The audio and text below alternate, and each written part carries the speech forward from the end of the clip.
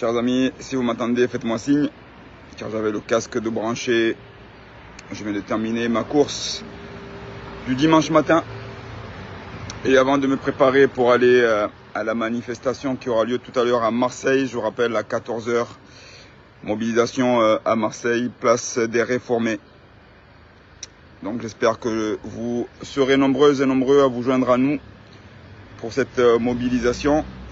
Mais avant cela, je voulais revenir quelque peu, pas très longtemps, sur l'intervention, sur le témoignage de notre grand frère, de notre aîné Daoud Halifa, hier, témoignant, poignant, empreint de sagesse et de responsabilité. Donc je voudrais revenir là-dessus très rapidement parce que je sais que ça a touché beaucoup d'entre nous. Nous connaissions les conditions de détention de notre pays, l'inhumanité de ceux qui sont au pouvoir aujourd'hui. Mais son témoignage, au-delà d'être poignant, fort et bouleversant, nous appelle à une prise de conscience, à un examen de conscience, les deux les amis. Prise de conscience sur le fait que ce pays-là ne se développera pas dans tous les domaines, y compris celui de l'humanité, si nous, enfants de ce pays, si nous, enfants de cette patrie, ne faisons rien. Et dans son message très clair, où il fait un appel à cette prise de conscience, il n'appelle pas les vautours avides de pouvoir. Il n'appelle pas ceux qui lorgnent un poste par-ci ou par-là pour leurs besoins personnels. Il appelle sincèrement, humainement, toutes les personnes qui sont épris par ce pays, qui veulent le voir se développer, à réfléchir, à agir ensemble, à l'intérieur comme à l'extérieur, pour nous débarrasser d'une part de ce régime, mais pour aussi installer un État où non seulement chaque humain, chaque individu pourra être respecté, mais où les libertés pourront fleurir. Son témoignage aussi est un examen de conscience pour toutes celles et pour tous ceux qui soutiennent ce régime de près ou de loin. Et quand je dis ça, je le dis en passant prioritairement aux personnes qui me sont proches, à des amis, je dirais même pour certains des frères, qui ferment les yeux, ou pire encore, qui donnent de la force par leur intelligence, par leur savoir-faire,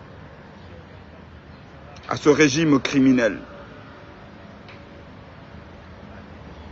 Donc, cet examen de conscience, où chacun d'entre nous doit regarder son frère, sa sœur, son voisin, et lui rappeler que Daoud Halifa, qui a témoigné avec beaucoup de courage, était l'un des partisans de Azali.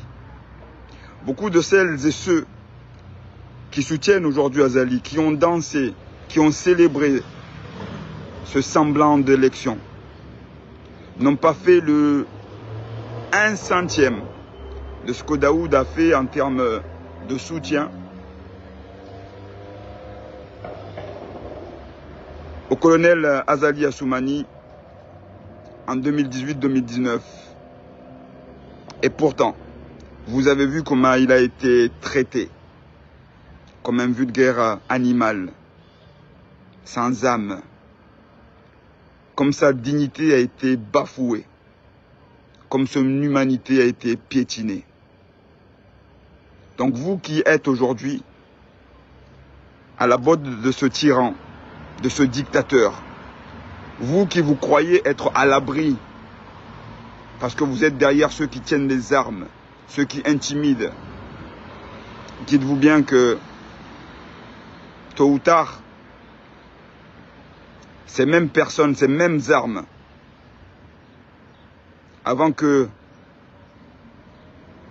la loi divine ne se retourne contre vous, ces mêmes hommes, ces mêmes armes que vous soutenez aujourd'hui se retourneront contre vous. Et cet examen de conscience, nous devons sans cesse la rappeler. Car vous ne pourrez pas dire que vous ne saviez pas. Vous ne pourrez pas dire que vous ignorez. Vous ne pourrez pas dire que vous n'avez pas vu. Vous ne pourrez pas dire que vous n'avez pas entendu. Donc je pense, les amis, qu'il va nous falloir prendre des décisions qui vont être parfois peut-être difficiles, qui vont nous toucher dans notre chair, dans nos cœurs. Mais je pense qu'à un moment donné, si cet examen de conscience n'est pas fait de la part de celles et ceux que nous aimons qui sont de l'autre côté, sont avec ce tyran, il va nous falloir les mettre de côté. Il va nous falloir avancer sans eux. Et cela nous rappelle le dilemme et le déchirement qu'ont vécu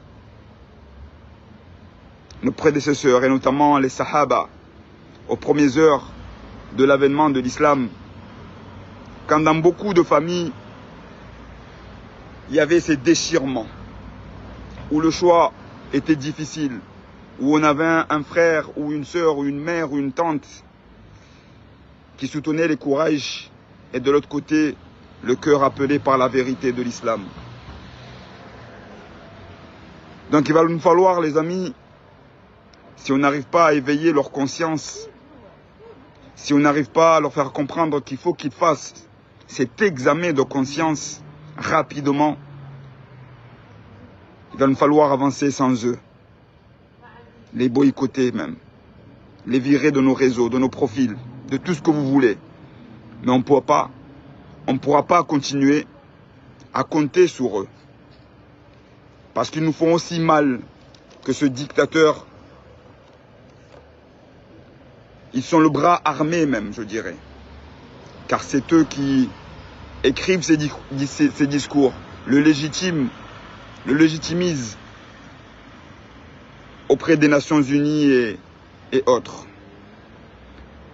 Donc je ne vais pas rester très longtemps, les amis. Je vous ai dit que je viens de terminer ma sortie sportive du dimanche matin, que je vais aller me préparer à rejoindre les sœurs et frères miens qui vont se mobiliser à Marseille ce jour, je vous rappelle, à 14 h au Réformé. Mais je voulais revenir sur ce témoignage qui doit plus que jamais nous donner de la force pour nous qui luttons, pour nous qui sommes épris par ce pays, afin que ce régime et ceux qui le soutiennent sentent qu'ils ne sont pas les bienvenus chez nous. Voilà, les amis, que la paix soit sur vous.